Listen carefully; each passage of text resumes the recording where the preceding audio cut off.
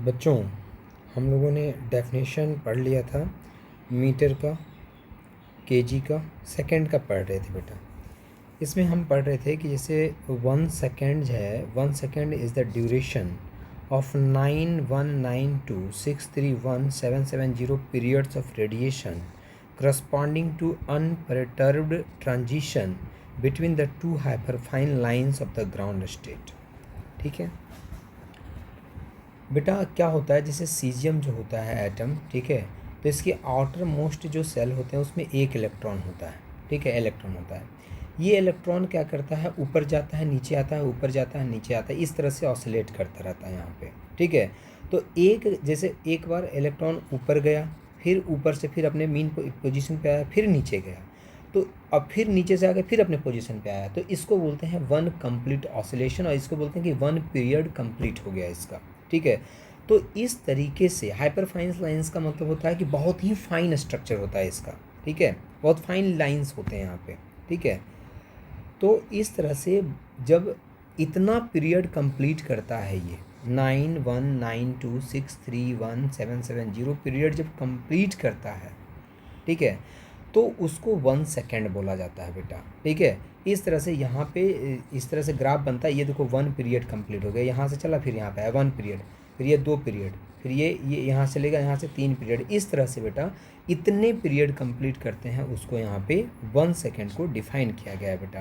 तो डेफिनीशन, ठीक है, धीरे धीरे आपको समझ में आने लगेगा। नाउ एम्पियर का definition, it was adopted as the unit of electric current. 1 ampere is constant current which when maintained in each of 2 straight parallel conductors, करा कि 2 पैरेलल कंडक्टर में अगर 1 एम्पियर करंट, वो है कि अगर दोनों में 1 एम्पियर करंट अगर फ्लो कर रहा है पैरेलल वायर्स में, in each of the 2 straight parallel conductors of infinite length and negligible cross section held 1 metre apart, अगर दोनों के बीच में 1 मीटर का डिस्टेंस है, in vacuum shall produce a force per unit length, तो एक दूसरे पे जो फोर्स लगाता है पर यूनिट लेंथ, ये लगाता है 2 × 10⁻⁷ न्यूटन पर मीटर बिटवीन देम, ठीक है। तो 1 एम्पियर वो करंट होता है जब 2 वायर में इन्फाइनेटली लॉन्ग वायर जिसका क्रॉस सेक्शन एरिया कम होता है, उसमें अगर करंट फ्लो करता है, पैरेलल वायर्स होते हैं, तो एक दूसरे पे फोर्स लगाता है पर यूनिट लेंथ 2 × 10⁻⁷ न्यूटन पर मीटर।